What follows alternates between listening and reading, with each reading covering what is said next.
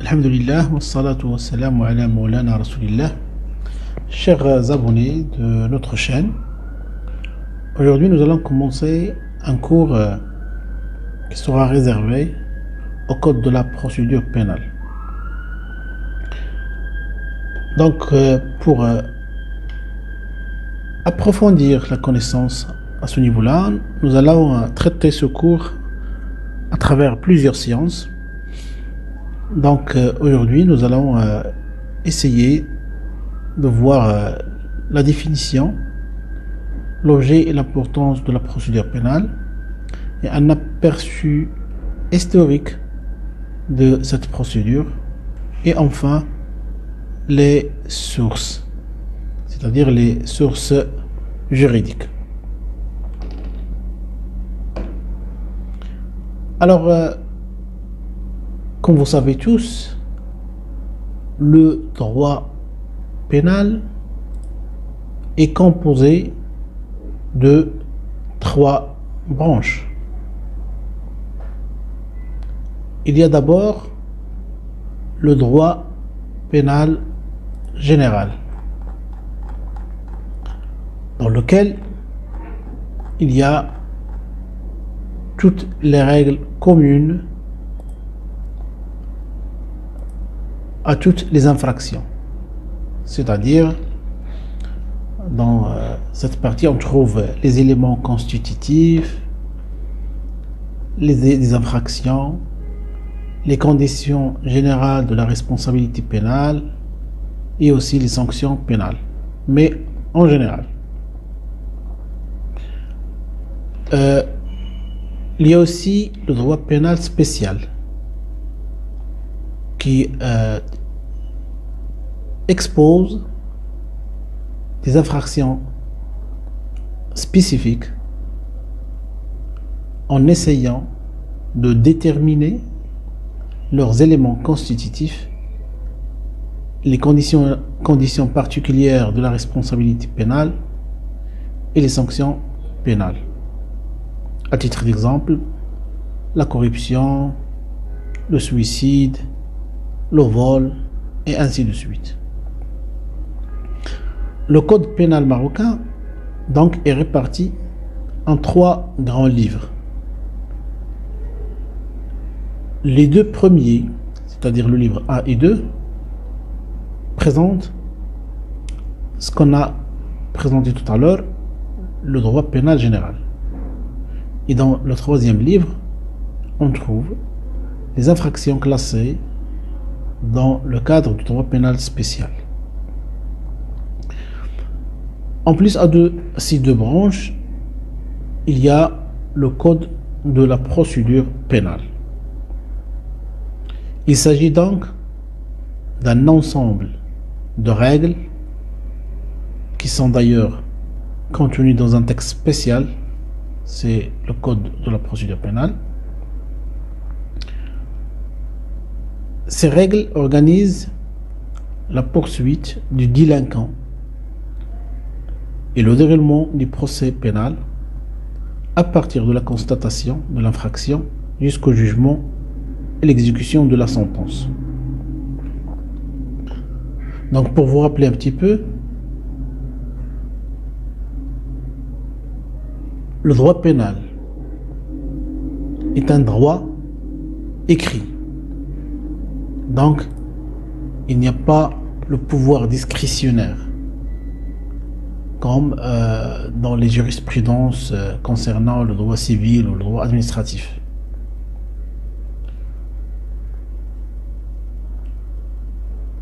Le droit pénal, ou bien le procès pénal, est composé de 4 phases.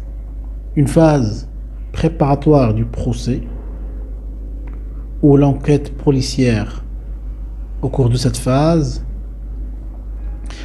les officiers de police judiciaire s'emploient à découvrir et constater les infractions et à rechercher leurs auteurs à la faveur d'indices, traces, de témoignages, etc. La deuxième phase, c'est la phase de poursuite. C'est à partir de cette phase que commence à proprement parler le procès pénal. Une fois saisi du rapport de la police judiciaire, le ministère public ou le parquet déclenche en principe le procès en mettant en mouvement l'action publique.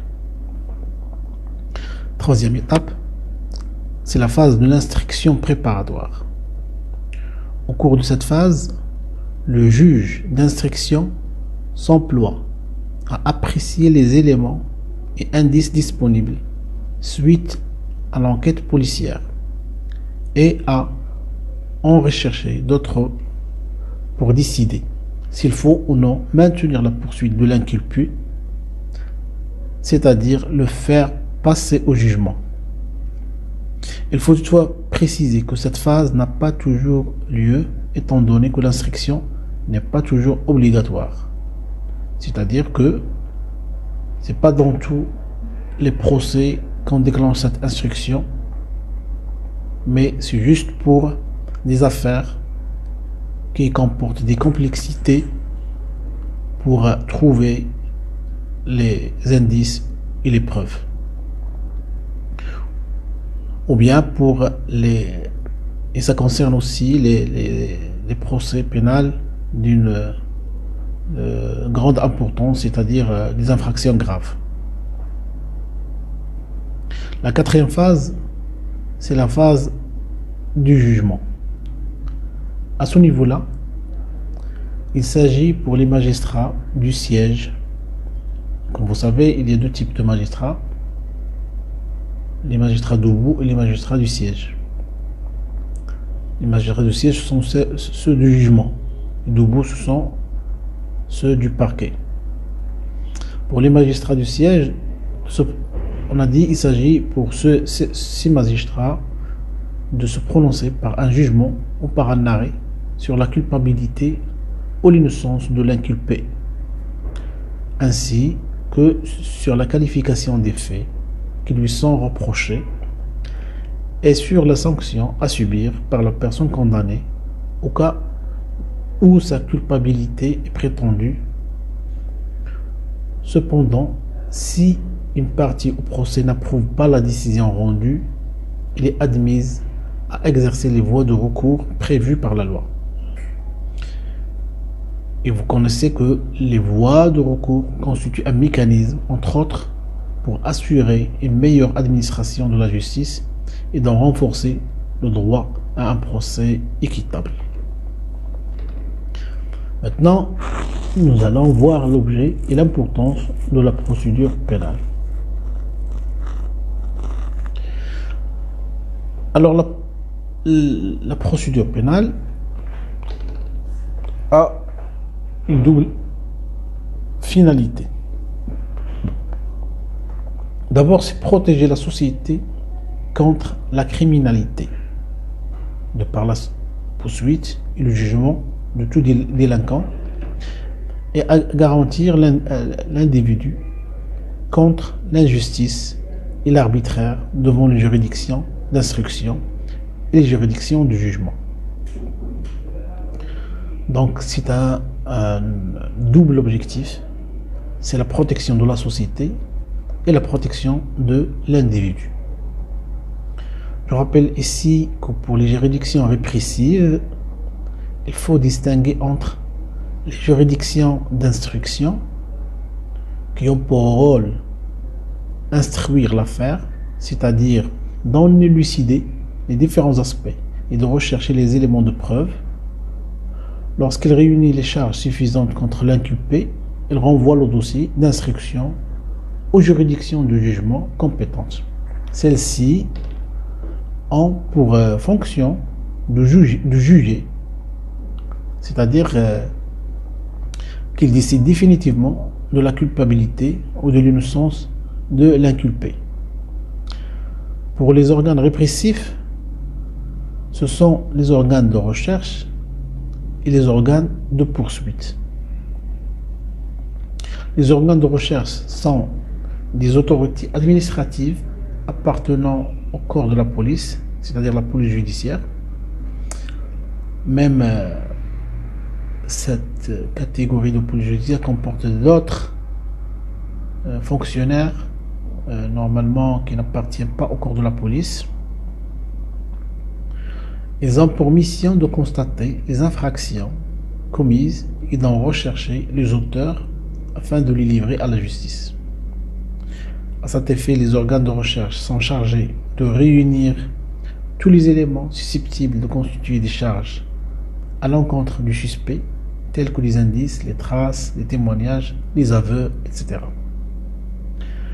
Quant aux organes de poursuite, ce sont des autorités relevant du corps de la magistrature. C'est ce qu'on a appelé tout à l'heure les magistrats debout. Et aussi c'est le ministère public et c'est aussi le parquet. Et ce corps est composé de procureurs généraux du roi, des procureurs du roi et de leurs substituts. Ces magistrats n'ont pas fonction de juger ou d'instruire l'affaire, mais leur fonction est de déclencher le procès pénal et exercer l'action pénale appelée action publique. Ainsi, les magistrats du ministère public interviennent au nom de la société en vue de défendre les intérêts de la société et constituent dès lors une partie principale du procès pénal. Ce qui est important ici, c'est que la procédure pénale, et ça l'importance, tient aux défenseurs du droit de l'homme.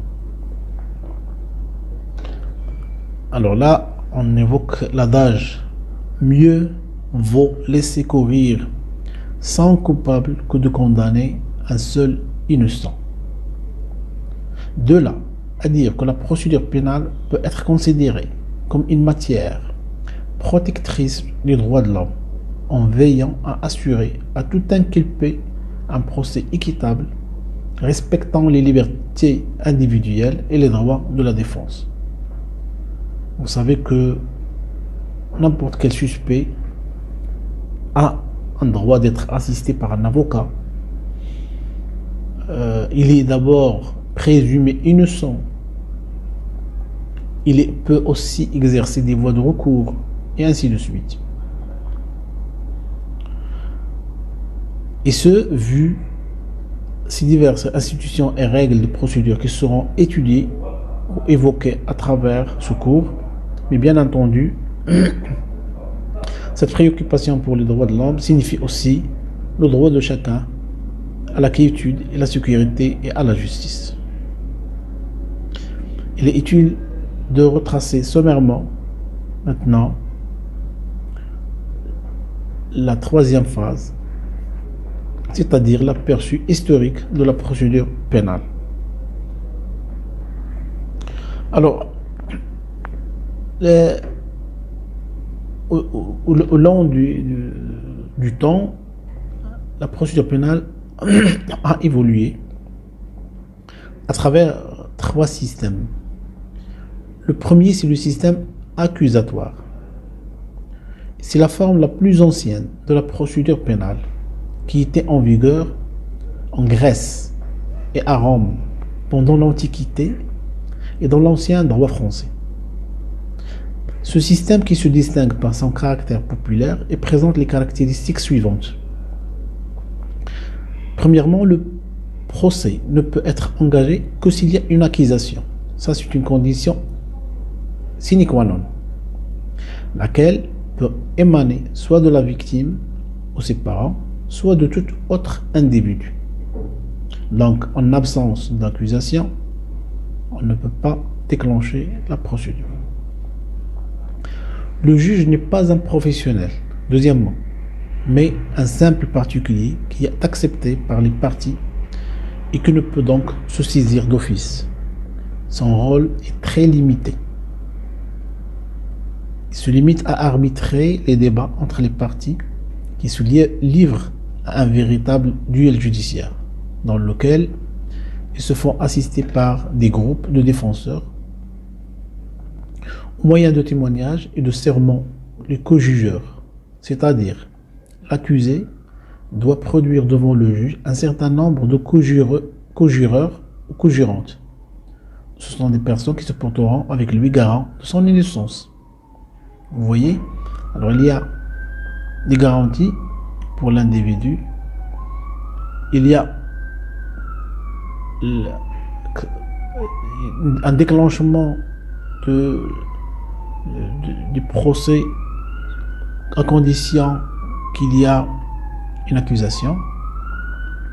Donc, ce système préserve l'avantage de garantir plus largement le droit de la défense du fait que les citoyens participent eux-mêmes à l'administration de la justice. Ainsi organisé, troisième élément, la procédure est publique, orale et contradictoire. Contradictoire, c'est-à-dire qu'on donne le droit au suspect de présenter aussi ses arguments.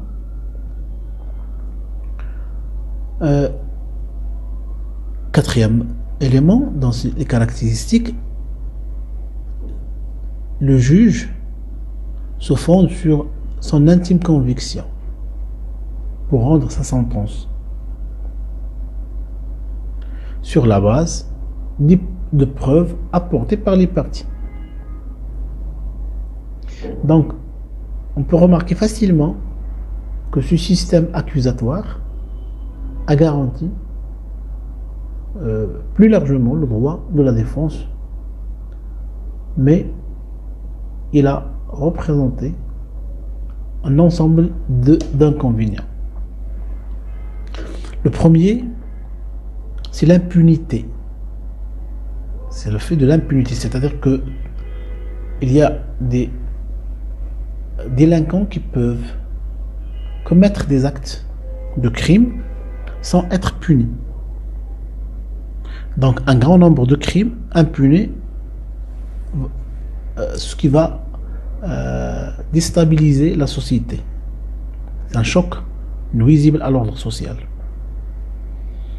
Aussi, le fait que le pouvoir d'investigation du juge se limite à tirer les conclusions des preuves rapportées par les parties, ça aussi c'est un point de faiblesse.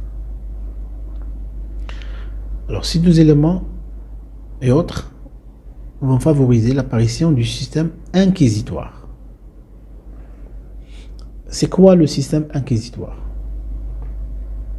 Ce système qui a été pratiqué surtout au Moyen Âge en réaction contre les faiblesses de la procédure accusatoire, il tend à assurer une répression rigoureuse et efficace des infractions. Ces principes et le mode d'administration de la justice qui en découle sont foncièrement différents de ceux du système accusatoire.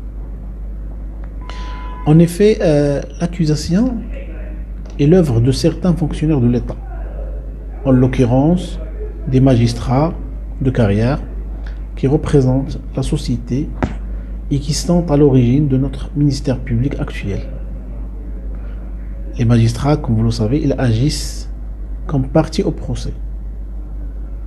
Quant au juge de jugement, il n'est pas désigné par les parties. C'est un simple fonctionnaire public qui exerce sa fonction de manière permanente et qui a un rôle dans la constatation des infractions, la découverte des auteurs et la recherche des preuves. Alors, enfin, la procédure dans le cadre du système inquisitoire est secrète, écrite et non contradictoire. Donc, vous voyez que le contraire de l'autre système qui comporte une procédure publique, orale et contradictoire. Donc, les inconvénients du système, c'est privilégier les intérêts de la société au détriment de ceux des individus. Donc, au lendemain de la Révolution française de 1789, ce système sera abandonné et remplacé par un système accusatoire assoupli, ce qu'on va appeler le système mixte. Donc ce système est mis en place par le Code français d'instruction criminel de 1808. Il consacre à la fois certains aspects de la procédure d'accusation et certains aspects de la procédure d'inquisition. Donc, c'est si vous voulez, un panaché des deux systèmes. C'est un assemblage, une conciliation du point fort des deux systèmes. Alors, au cours de l'instruction préparatoire, la procédure est inquisitoire, c'est-à-dire qu'elle est secrète, écrite et non contradictoire. Mais toutefois, ce caractère inquisitoire a été atténué par une réforme de décembre 1867 qui autorise l'inculpé à se faire assister par un avocat lors de sa première convocation devant le juge d'instruction. Et peut aussi faire recours, c'est-à-dire le juge, à des confrontations entre les parties au stade de l'instruction. Au niveau aussi du jugement, la procédure est accusatoire. C'est-à-dire que les débats sont publics, oraux et contradictoires.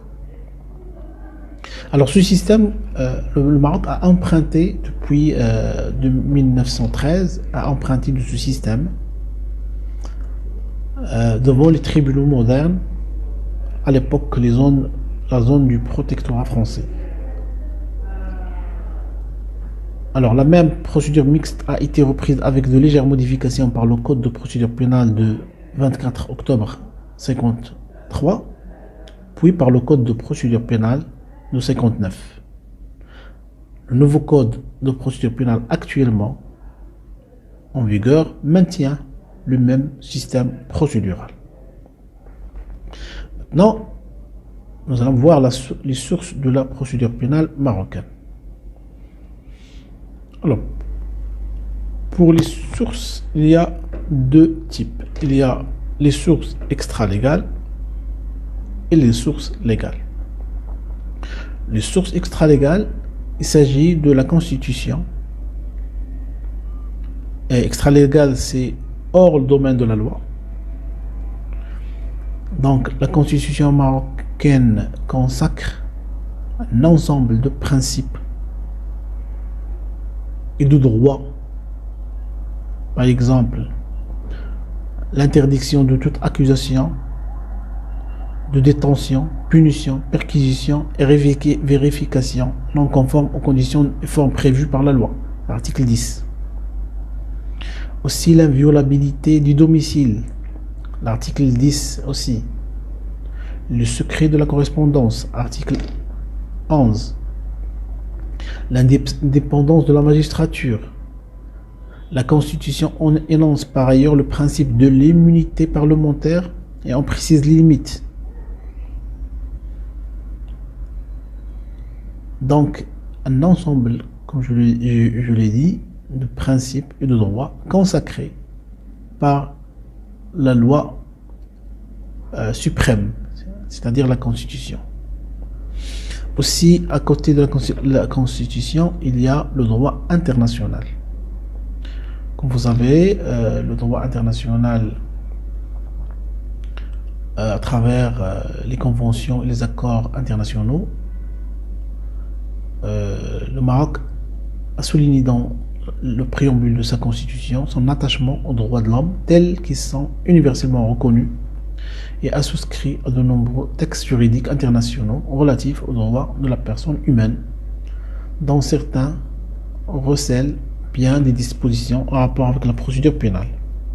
On sait également que ces textes internationaux constituent en principe, depuis leur ratification par le Maroc et leur publication au bulletin officiel, une partie intégrante du droit interne. À titre d'illustration, on peut mentionner le pacte relatif aux droits civils et politiques que le Maroc a ratifié en 1979. Aussi,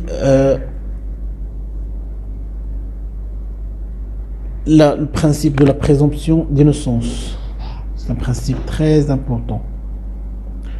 Droit à la préparation de sa défense, à être assisté par un avocat et le cas échéant d'un interprète, à être jugé sans retard excessif, ne pas être forcé de témoigner contre soi-même et de s'avouer coupable à exercer les voies de recours. Ce sont des principes qui étaient consolidés par les dispositions contenues dans le droit international. Aussi, il y a les sources d'ordre légal. C'est le code de la procédure pénale et quelques textes du droit interne. Sans tarder à ce niveau-là, je vous remercie pour votre attention et nous allons voir plus de détails dans les cours prochains. Merci.